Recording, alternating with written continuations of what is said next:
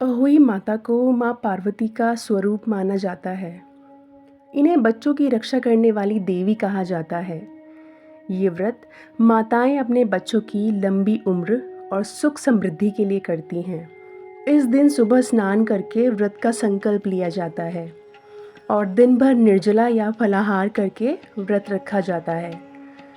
शाम को तारे निकलने के बाद अहोई माता की तस्वीर या फिर चौक बनाकर दीपक, धूप, फूल, गेहूं के दाने और प्रसाद से पूजा की जाती है। इसके बाद अहोई माता की कथा सुनी या सुनाई जाती है और चांद को अर्घ दिया जाता है। पूजा के बाद व्रत खोला जाता है। यह व्रत माँ के प्रेम और बच्चों की रक्षा का प्रतीक माना जाता है। जो भी माताएं व्रत करती हैं उन्हें अहोई माता से जुड़ी कथा को ज़रूर सुनना और पढ़ना चाहिए, वरना व्रत अधूरा माना जाता है। तो आइए सुनते हैं अहोई माता से जुड़ी इस कथा को। एक कटोरी में गेहूं के दाने या फिर हल्दी चावल लेकर ही कथा को सुने। तो कथा कुछ इस प्रकार है। एक साहूकार था जिसके 7 बेटे और 7 बहुएं थीं। दिवाली से पहले कार्तिक अष्टमी को सातों बहुएं अपनी इकलौती नंद के साथ जंगल में जाकर खदान में मिट्टी खोद रही थी। वहाँ स्याहू की मान थी। मिट्टी खोदते समय नंद के हाथ से स्याहू का बच्चा मर गया। इससे स्याहू माता बहुत नाराज़ हो गई और बोली, मैं तेरी कोख बांधूंगी। तब नंद अपनी सातों भाभियों से बोली, तुम में से कोई अपनी कोख बंधवा लो। सभी भाभियों ने अपनी कोख बंधवाने से इनकार कर दिया, परंतु छोटी भाभी सोचने लगी कि अगर मैंने अपनी कोख नहीं बंधवाई तो सासू जी नाराज़ होंगी। यह सोचकर नंद के बदले में छोटी भाभी ने अपनी कोख बंधवा ली। अब इसके बाद उसका जो बच्चा होता वह 7 दिन के बाद होकर मर जाता। फिर एक दिन उसने पंडित को बुलाकर पूछा, मेरी संतान 7वें दिन क्यों मर जाती है? तब पंडित ने कहा, तुम सुरही गाय की सेवा करो। सुरही गाय स्याहू माता की भाईली है, वह तेरी कोख खुलवा देगी, तब तेरा बच्चा जिएगा। अब वह बहुत जल्दी उठकर चुपचाप सुरही गाय के नीचे साफ सफाई कराती। सुरही गाय ने सोचा, रोज उठकर कौन मेरी सेवा कर रहा है, सो आज देखूंगी। गौ माता खूब सवेरे उठी, देखती है कि साहूकार के बेटे की बहू उसके नीचे साफ सफाई कर रही है। गौ माता उससे बोली, क्या मांगती है? साहूकार की बहू बोली, स्याहू माता तुम्हारी भाईली है और उसने मेरी कोख बांध रखी है, सो मेरी कोख खुलवा दो। गौ माता ने कहा, अच्छा ठीक है।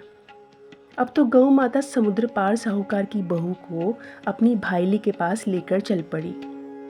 रास्ते में कड़ी धूप थी, सो वह दोनों एक पेड़ के नीचे बैठ गई। थोड़ी देर में एक सांप आया। उसी पेड़ पर गरुड़ पंखनी का एक बच्चा था। सांप उसको डसने लगा। तब साहूकार की बहू ने सांप को मारकर ढाल के नीचे दबा दिया और बच्चे को बचा लिया। थोड़ी देर में गरुड़ पंखनी आई तो यहाँ खून देखकर साहूकार की बहू को चोंच मारने लगी। मैंने तेरे बच्चे को नहीं मारा, बल्कि सांप तेरे बच्चे के करीब आया था। मैंने तो उससे तेरे बच्चे की रक्षा की है। यह सुनकर गरुड़ पंखनी बोली, मांग, तू क्या मांगती है? वह बोली, 7 समुद्र पार स्याहू माता रहती है, हमें तो उसके पास पहुंचा दे।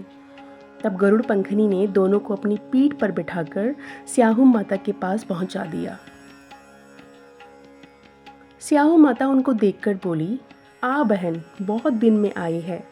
फिर कहने लगी, बहन मेरे सिर में जुएं पड़ गई हैं। तब सुरही के कहने पर साहूकार की बहू ने उसकी सारी जुएं निकाल दी। इस पर स्याहू माता प्रसन्न होकर बोली, तूने मेरे सिर में बहुत सलाई घेरी हैं, इसीलिए तेरे 7 बेटे और 7 बहू होंगी। वह बोली, मेरे पास तो एक भी बेटा नहीं है, 7 बेटे कहाँ से होंगे? स्याहू माता बोली, वचन दिया है। तब साहूकार की बहू बोली, मेरी कोख तो तुम्हारे पास बंद पड़ी है। यह सुनकर स्याहू माता बोली, तूने मुझे ठग लिया। जा, तेरे घर पर तुझे 7 बहुएं मिलेंगी। तू जाकर उजमन करियो, 7 अहोई बनाकर 7 कढ़ाई करियो। वह लौटकर घर आई तो वहाँ देखा कि 7 बेटे 7 बहू बैठे हैं। वह खुश हो गई उसने 7 ओहुई बनाकर 7 उजमन किए और 7 कढ़ाई करी। शाम को सब जेठानियाँ आपस में कहने लगी कि जल्दी जल्दी पूजा कर लो, कहीं छोटी बच्चों को याद करके रोने ना लग जाए। थोड़ी देर में उन्होंने अपने बच्चों से कहा, अपनी चाची के घर जाकर देखो कि वह आज अभी तक रोई क्यों नहीं। बच्चों ने आकर कहा, चाची तो कुछ मान रही हैं, खूब उजमन हो रहा है। यह सुनते ही जेठानियाँ दौड़ी दौड़ी वहाँ आई और आकर कहने लगी कि तूने कोक कैसे खुलवाई। वह बोली, तुमने तो कोक बंधवाई नहीं थी, सो मैंने कोक बंधवा ली। अब स्याहू माता ने कृपा करके मेरी कोख खोल दी है। हे स्याहू माता, जिस प्रकार उस साहूकार की बहू की कोख खोली, उसी प्रकार हमारी भी कोख खोलना।